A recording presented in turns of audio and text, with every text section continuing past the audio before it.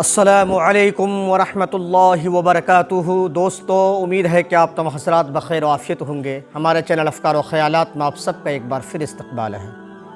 जो दोस्त हमारे नए हैं, बारहा उनसे दरख्वास्त मैं करता हूँ कि हमारे चैनल को सब्सक्राइब ज़रूर करें। बहुत ही बेहतरीन और ख़ूबसूरत वीडियो होने वाली है, इसलिए वीडियो को पूरी देखें, बीच में स्किप ना करें ताकि आप भलाई और खैर से महरूम ना हो जाएँ।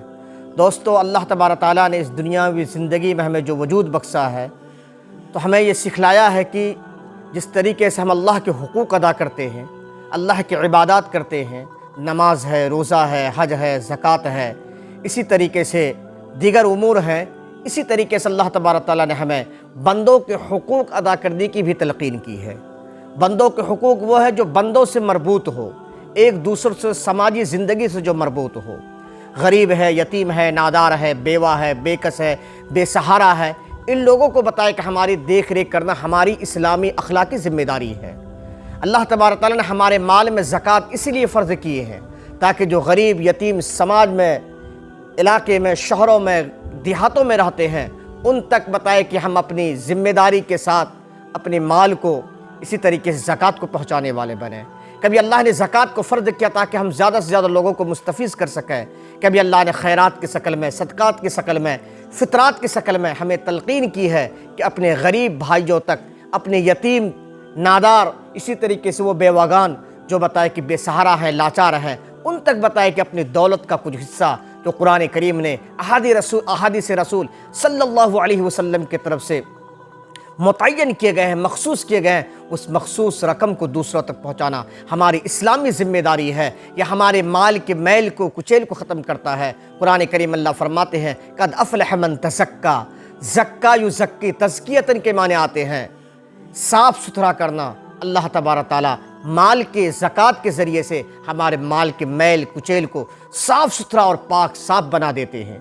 इसलिए कुरान करीम में है नहीं कि जो शख्स वल्लज़ीन यक्निज़ून अज़-ज़हब वल-फ़िज़्ज़ा, जो बताए कि सोने और चांदी को जमा करते हैं, कंज़ करके रखते हैं, ख़जाना की शक्ल में रखते हैं और वो अल्लाह के रास्ते में खर्च नहीं करते, तो कुरान करीम फरमाता है कि अल्लाह तबारक तआला उस माल को महबूब रखने की वजह से उसके लिए अज़ाब का ज़रिया बना देंगे और उसी माल के ज़रिए से उन्हें अज़ाब दिया जाएगा।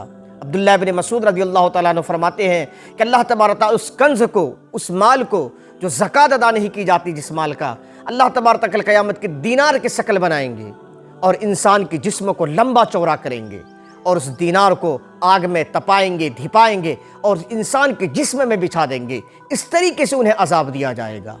इसलिए मोहतरम दोस्तों, अल्लाह ने जो माल हमें दिया है, ज़कात की शक्ल में हम गरीबों तक, यतीमों तक, बेसहारों तक, लाचारों तक पहुँचाने की फ़िक्र करें।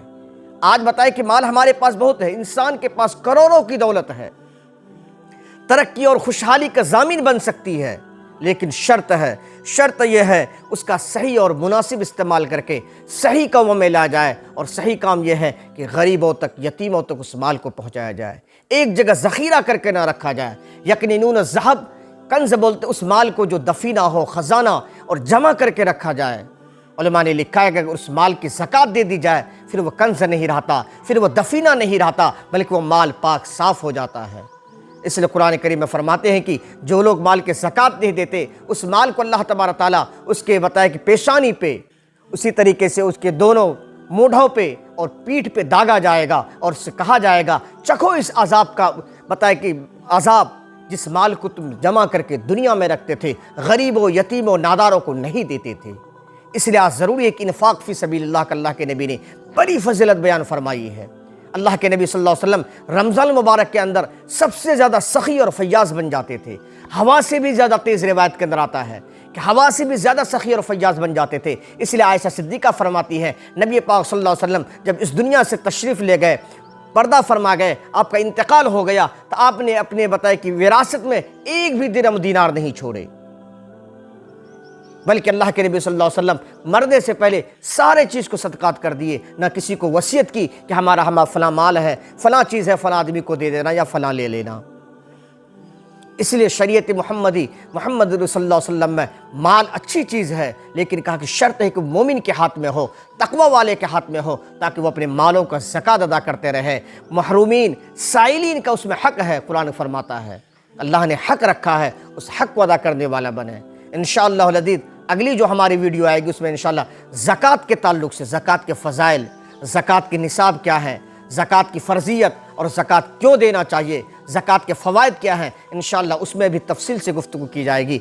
आज मैंने आप हज़रात के सामने इन्फ़ाक़ फ़ी सबीलिल्लाह, अल्लाह के रास्ते में ख़र्च की फ़जीलत को मुख्तसर तौर पर बयान करने की कोशिश की है। उम्मीद है कि आप तमाम हज़रात को मेरी वीडियो पसंद आई होगी। अगर वीडियो पसंद आई है, आप यहाँ तक देख लिए हैं, तो हमारी वीडियो को सब्सक्राइब करें, दूसरों तक हमारी बातों को पहुँचाने की फ़िक्र करें। अल्लाह तबारक ताला इसकी वजह से हमारे नाम आमाल में भी सवाब लिखेंगे, क्योंकि अम्र खैर जब दूसरों तक पहुँचती है, भली बात दूसरों तक पहुँचती है, तो बल्लिगु अन्नी वलो आया कि हम तफसीर बन जाते हैं, जिसको नबी पाक सल्लल्लाहु अलैहि वसल्लम ने कहा कि एक आयत, एक अच्छी बात अगर तुम तक पहुँचे, तुम्हारी जिम्मेदारी है तुम दूसरों तक पहुँचाने वाले बनो। तो इसके ज़रिए से हमारा सपोर्ट करें। इंशाअल्लाह अज़ीज़ हमारे चैनल को सब्सक्राइब करेंगे, ज़्यादा से ज़्यादा लोग हमारी बातों को सुनेंगे तो इंशाअल्लाह हमें भी फ़ायदा होगा और इसके ज़रिए अल्लाह आपको भी फ़ायदा पहुँचाएंगे। अल्लाह तबारक ताला हमारी ये कहानी सुनने को कबूल फ़रमाए और हम सब के लिए निजात का ज़रिया बनाए। चलिए शो हमें इजाज़त दीजिए। शुक्रिया, जज़ाक।